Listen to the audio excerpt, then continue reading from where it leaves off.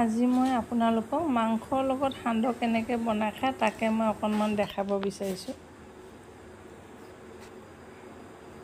এয়া মোৰ লগৰ কিছুমানে কৈ থাকে মাংসৰ লগত সান্দহনো কেনেকৈ বনাই খায়, সেইকাৰণেহে মই বনাই দেখাইছোঁ। আৰু আমিতো কেতিয়াবা খাই থাকোঁৱেই সান্দহ থাকিলে। এয়া মাংসখিনি মই সৰু সৰুকৈ কাটি লৈছোঁ, বেছি ডাঙৰ হ'লে অকণমান অসুবিধা হয়, অলপ সৰু হ'ব লাগে।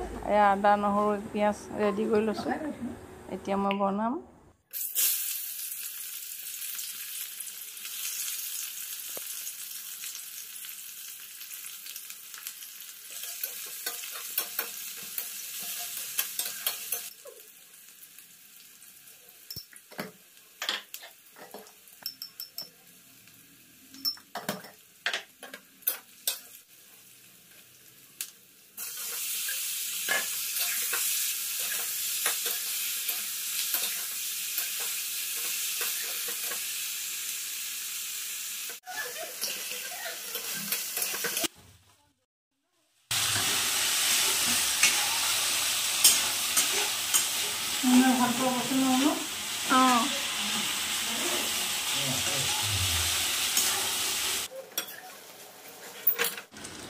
এয়া মছলা অকণমান দি দিছোঁ, কমকৈ দিছোঁ মছলা, বেছি দিয়া নাই।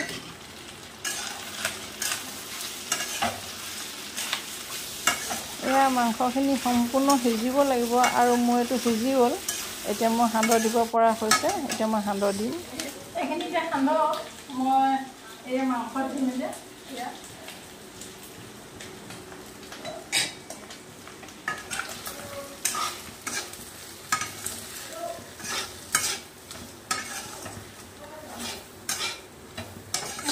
এয়া মাংসৰ লগত সান্দহ মিলি গ'ল, এতিয়া মই পানী অকণমান দি দিছোঁ আৰু অকণমান লৰাই দিব লাগিব।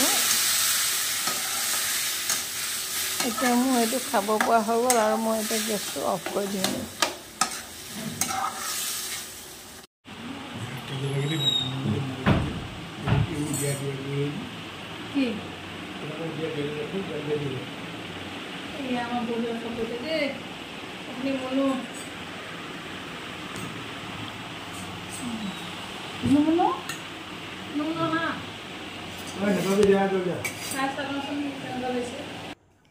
মাংসৰ লগত সান্দহ খাই বুলি বহুতে নাজানে, খাই ভালেই লাগে।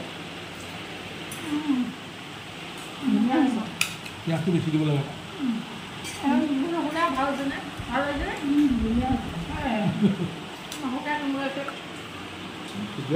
ৰঙা অকণমান ভাল পালি বেছি ন?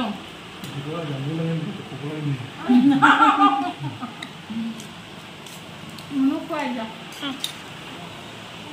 ওলাইছে না? ওলাইছে। ভাল হৈছে খাই।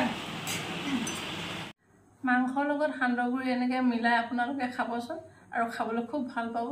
আৰু আজিলৈ ভিডিঅ'টো ইমানতে সামৰণি মাৰিছোঁ। পুনৰ নতুন ভিডিঅ'লৈ আহি আছোঁ। নমস্কাৰ, বাই।